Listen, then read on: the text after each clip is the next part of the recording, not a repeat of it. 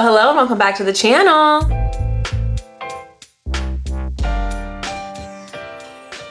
Okay, you guys, it is officially October. Spooky season is upon us, but before we can get into all of that, let's talk about some books. If you're new here, then every month I recap the books I read the previous month, and I tell you guys if I like them, what I thought. In general, I read pretty exclusively queer romance novels. I'm open to other genres, but not really.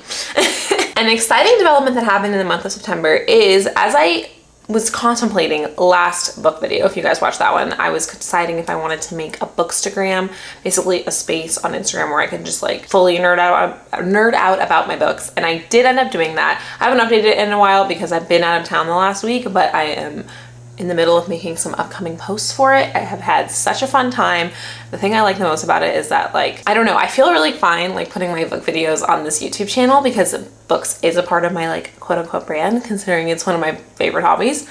But I felt like all I wanted to do was like follow authors and like interact with book content, and I felt like doing that too much on my own Instagram would be like overwhelming, since in general, analytically, like looking at the data, my book content is my least popular content. So I just wanted a safe space to do that without having to put too much of it on my own Instagram. I feel like I'm getting too into the weeds, but that's why I made my own account. It's called @rambles_reads_, which kind of mirrors my actual Instagram account, which is Rachel's_Rambles. Whatever. I'm gonna link it below. If you want to follow me there, that would be great. I will mostly be posting what I'm reading, reviews of what I'm reading, so I'm excited for reposting my favorite authors, whatever I can think of, shit like that. But I'm really excited about it because I can't stop making social media accounts. That being said, I read 12 books in the month of September, which is significantly lower than the amount of books I normally read in a month. Couple of reasons for that.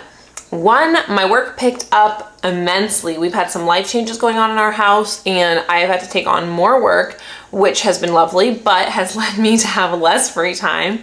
And also makes me more tired. So I've had less insomnia, which is fantastic. Although that being said, I did wake up at 4 o'clock this morning, but I didn't read, I was working. So there's that. I've been busier with work. Also, we went on vacation for a week, and while I did read several books while we were on vacation, obviously it's just different. I didn't have enough time. So 12 books, which is still a lot, but obviously less than I usually do in these updates. So I think, let me just take a gander, they're all queer male romance novels. Yes, that's true. Let's talk about them. We had, usually I feel like I'm coming at you with a bunch of 5 stars. We had some, I don't want to say duds. Okay, you know what? I feel like I need to give one more caveat. I love to give a book 5 stars. My ratings are completely subjective on how a book makes me feel. I am not a writer.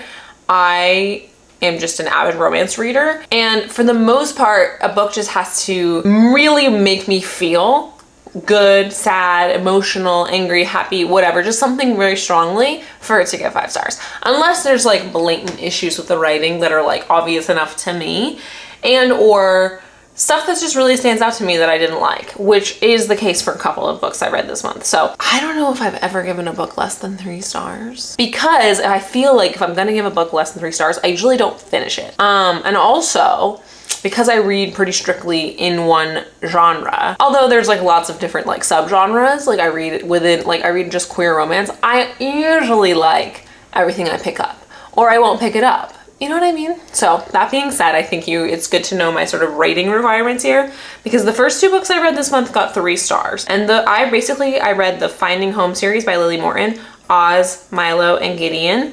3 stars, 3 stars, 4 stars. Okay. What I do remember not liking so much about Oz and Milo specifically was the lack of tension. So one thing that I really like a good romance novel to have, I love a 3rd act breakup. Love a 3rd act breakup. I know a lot of people don't. They want to read a low angst comfort read.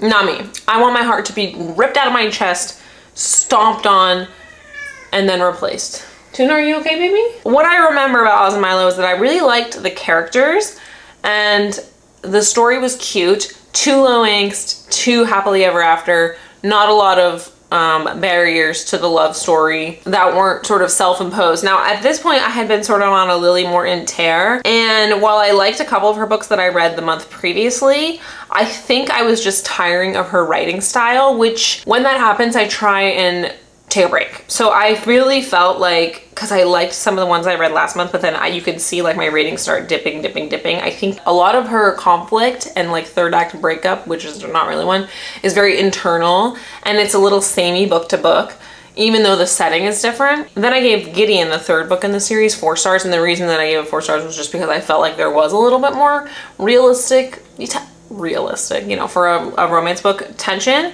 and story. That being said, I knew it was time to stop reading Lily Morton because I just knew it was time. So I forget why I read this book. I wonder if it was a Reddit recommendation or something, but I read He Should Be Mine by Jessica Jackman. I gave it 4 stars. I really liked this book. There's a lot of tension, a lot of drama.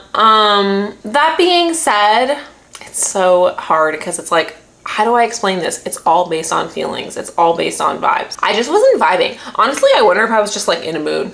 But I don't think so, because I ended up giving a couple other books 5 stars this month. So I just wasn't vibing with it all the way. But I like, sometimes I give 4 stars if I'm like, there's nothing wrong with it and it gave me the feelings, but I just wasn't fully vibing with it. Sometimes it's just like that. You guys know? Or is that just me?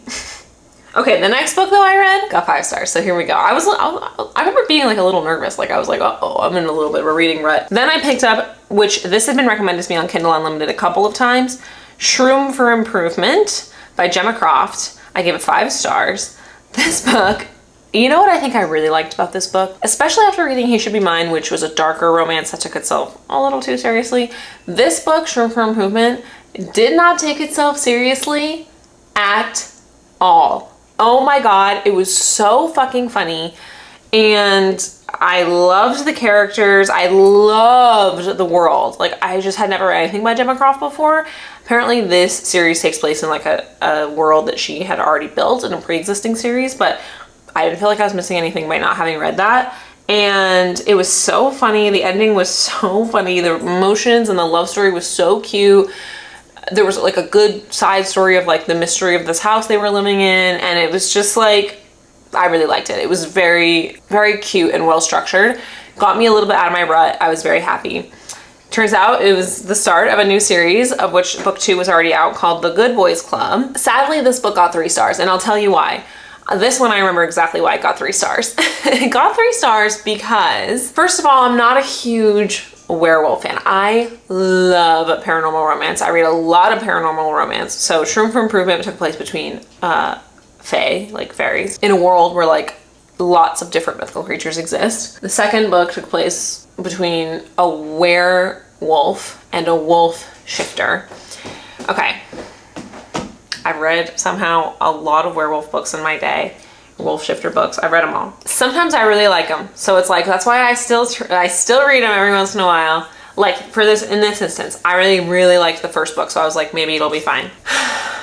All of these books, by the way, are R-rated adult books, right? That's what I read. There's elements of smut in all of these books. I love it. It's part of the appeal, honestly, to me. This book also had it. And the thing that I usually don't like about werewolf books is that I don't like when they have sex while shifted, which they did. I don't like how a lot of the anatomy and physiology of wolf intercourse comes up in the sex scenes. It makes me uncomfortable. I know some people don't mind it, some people even like it. I don't. And so I knew going into this book that I was gonna have a problem with the sex scenes, and I did. That being said, the love story was really cute and the writing was good. Sorry if you hear they're taking the garbage out in my complex. I just can't do werewolf stuff, but I am glad I read it because there's gonna be a third book between a genie and a Mothman called, what, I forgot, I was looking up on her Instagram. It's like Lamp Lovers Anonymous or something, which is like so clever and back in the like hilarious line of like sort of theming wise, hopefully, of the Shroom for Improvement. Like, I'm excited. That hasn't come out yet. I don't know. I don't think she has a date for that one yet, but like, I want to continue the series. So I'm glad I read this book, even though it has all of the things about werewolf love stories that I hate. The writing was still good. It was still very funny. The characters were still very lovable and the story was good, but I just can't get over the wolf stuff. And I want to tell you that's the last werewolf book I've ever read, because I say that every single time I read a werewolf book, so we know that's all not true. Okay, that being said, I wanted to give Gemma Croft another chance. And I also was curious about other books that she had read. So she wrote a series called Fantasy Flatmates. Now, first 2 books in Fantasy Flatmates were between straight couples, and I'm just not in the mood.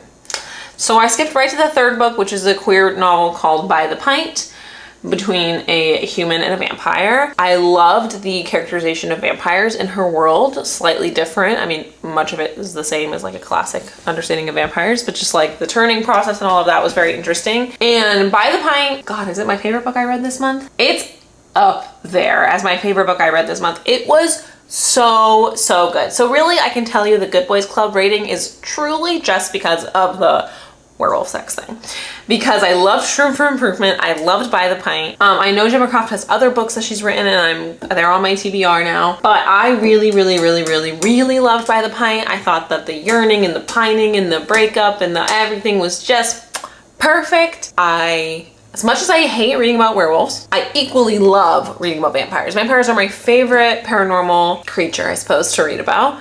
Probably because at a young age, I fell in love with Spike from Buffy the Vampire Slayer. I read the Sookie Stackhouse novels way too young, and I have a thing for vampires. Always have. So, By the Pint, 5 out of 5. Loved it. Okay. Then, a book that I have been anticipating, not for that long actually, because it was kind of a surprise announcement, but as you guys may know, I've talked about on these videos before, one of my favorite queer romance novels in the world of all time is Tal Bower. There's very few books I've read by Tal Bower that I haven't absolutely fucking loved. I think his writing is beautiful, it's gorgeous, it's poetic, it's everything. So Tal Bower announced with very little notice that he was dropping a book in September called The Fall, a hockey amnesia trope romance. Very long, like 800 something pages. That was another reason. That's one took me a while. This one took me 3 days. 3 days to read. But I was excited about it, so I prioritized it. This was also the first book that I read after starting my Bookstagram. So, you guys see, like, well, this is my first post, was just introducing myself, but my next post was about reading The Fall and how excited I was. And then a couple posts later, I reviewed it. So if you guys want to follow this account, this is the kind of stuff you get. I got 4 out of 5 stars, which is possibly the first Tal book that's gotten 4 stars. I can't remember from me. I'm gonna not do anything spoilery here. Let me just say that the structure of the book was very interesting, unlike anything else I've ever read. Tal Bower's fingerprints were all over it. It was schmoopy and romantic and beautiful, like absolutely poetic, really. That being said, I felt it could have been 250 pages shorter. I think it was unedited in a pretty significant way. And I don't know, the first 60% of the book was so strong. The last 30% really kind of lost me. And even though I like pulled a bunch of quotes, right, for this thing, like there were so many great, beautiful quotes because Tal Bower is an amazing writer. This is my least favorite book of his I've ever read, and I was sad about it, but it still got 4 stars. No 3-star bullshit here. Like, it was still really good. I would read it again, but I think I was anticipating it too much. I was too excited about it. Okay, the next book I read was one that I've actually had. So all of those books that I read and most of the books that I do read are available on Kindle Unlimited because I'm like, well, I pay for it. I might as well get my money's worth. And I think I might get more money's worth of Kindle Unlimited than anybody else on the planet. That being said, I have a couple holds on Libby that are like weeks and months long. And this one I've been waiting for a couple months. It was called The Prospects by Katie Hoffman. This one got 5 out of 5 stars. I really liked it. This was the first book I read. I read it on the airplane to our vacation destination. And it was very good. Minor league baseball love story. I can do a sports romance. I do a lot of them, actually. It's a pretty popular subgenre in the romance world in general. So yeah, it was really good. I thought it was very sweet. I think it was like a little bit wish fulfillment for the author, but also just like the love story was like really cute. The believe in yourself message of it was like very sweet and empowering, and I just had a really good time reading it. I liked the vibe.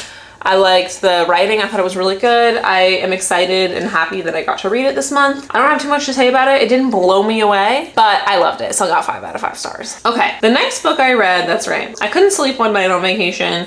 So I just said, I'm gonna read the first book that looks interesting to me on Kindle Unlimited. So I literally went on my phone, opened the app, and the very first book that was recommended to me that I liked the cover of was called The Entanglement of Rival Wizards by Sarah Rash.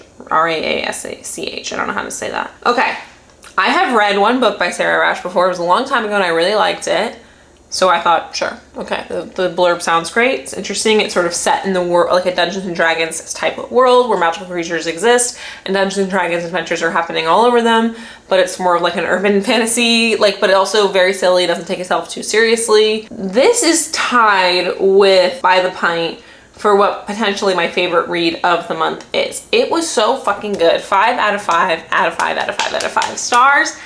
So every fucking thing I want in a book was in this book. Like tension and angst, but it was silly and funny. The story progressed in a way that like felt very natural. I loved the world that this author has built. Like I just, I already am like itching to reread it a little bit. It was so good. Spice, 10 out of 10. Like just really, really well done. When it made me think about, I read one book, like I said, from Sarah before, and it was, I think it was called Go Luck Yourself, which was, again, just a random book that I read, I think last year on a Kindle Unlimited like recommendation, which was actually the second book in a 2-book series. And I never read the first book, so it's making me think that next time I have a beat and I need to find something to read, I'm gonna go back and read that series again. I'm gonna read Nightmare Before Christmas and then reread Go Luck Yourself, because I love the entanglement of rival wizards so much. I'm like, I gotta read more from her. I know she writes a lot of YA stuff. I'm not a huge YA reader, because I'm a slut. So, you know, there's that, but I'll read all of her adult stuff. Okay, then after that, still on vacation, this is the last book I read on vacation. I could not sleep. It was like the third to last night of our trip. Oh no, August woke up in the middle of the night and I had to soothe him back down. That's what happened. And then I couldn't go back to sleep. So a book that I had been waiting on had come out while I was on my trip called Flagrant Fowl by Jessie Rain. Jessie H. Rain is one of those authors that I have always really thought their writing was amazing, but I haven't always loved the stories they decided to tell. So I was cautiously optimistic. This, I think for this series is maybe the first, because this is the third book in the Totally Pucked series. I think the first 2 got 4 stars each, if I remember correctly. I read them like 2 months ago. This one got 5 stars. It was by far my favorite of the 3. I actually really liked the story. First of all, I am a sucker for the trope that's like my brother's best friend. I don't know why, but I've read a couple books that are like one love interest is the best friend of the brother of the other love interest, and I don't know, that dynamic really does it for me. So it had that going for it. It was a hockey romance, which I also love, and I think the structure of it really got to me. I blew through this one quick. Probably the fastest I read any of the books I read this month. I just really liked it. I really liked it. Then I downloaded a book for my flight home, but I ended up not reading it. We ended up sleeping on the flight home. But I downloaded Far From Neverland, which was actually a recommendation from one of you guys. The author, River Hale, has written a series of books that's like an adult continuation of classic fairy tales. So the first one, Far From Neverland, is a adult continuation of the story of Peter Pan, the Disney movie. I know that the next 2 books in the series, which I have not read, are Far From Camelot, which takes place between someone and Merlin, I think, and then Far From Sherwood Forest, Robin Hood, something. I don't know. I read Far From Neverland. I really liked it. Gave it 4 stars. Here is why I gave it 4 stars. I just finished it yesterday, so I can tell you why. The author does a really good job of establishing that Peter Pan in this book is an adult. He left Neverland, he grew up well into adulthood. He grew up into a adult man, a sexually active gay man, and that's that. Now the love story is between, is very enemies to lovers, Peter Pan and Captain Hook. And it was great. Honestly, if you just take it for what it is, it was great. I could not get it out of my head that for the majority of Captain Hook's life, he knew Peter Pan as a child. And even though now Peter Pan is not a child, and that is overly established, and the love story was very sweet, and the spice was really good, and the story itself was interesting, and I really liked it, I couldn't get over that Captain Hook knew Peter Pan for most of his life as a child, and then was like, met him as an adult and was like, yeah, I'm gonna fuck you. Like, I just couldn't get over it. And it really has nothing to do with the writing, but I just, every time I was like getting into it, I would like remind myself of that, and then I was like, no. The book itself was really good. If that's something that wouldn't bother you, I think you'd love it. It was bothering me, so I gave it 4 stars. Because other than that, it was really good. I just couldn't get over it. I just couldn't. Anyway, that's everything I read. Is that right? Oh my God. And that's everything I read in September. It is now October 1, and yesterday the book Cut to the Feeling by A.J. Truman and M.A. Wardell came out. And I haven't started it yet, but hopefully I get to start it either tonight or tomorrow. A.J. Truman, M.A. Wardell. I love these authors individually. This is a continuation of a series they've started together. I think I gave the first one 4 stars, so I'm interested to see how I feel about this one. I follow both of them on Instagram and they've been promoting it hard, so I am really excited. I hope I have time to read it soon. And yeah, that's everything I got for you in October. I think between this, I'm gonna reread those Sarah Raish books, Sarah Raish, I don't know how to say her name. And then I have a couple other books on my TBR, but nothing crazy. I have a few books on my Libby, who knows what we have available. As always, I'm so happy to take recommendations from you guys. Again, I pretty much only read queer romance, adult romance. Anything within that like any subgenres within that genre, I'm cool with. Paranormal, sports, contemporary, whatever. But I think that's all I got for you guys. Whew, I feel like I've been talking for a while. Okay, make sure you guys follow me on my bookstagram at rambles_reads_ if you are interested in this kind of thing. And I will see you guys on Friday. Bye.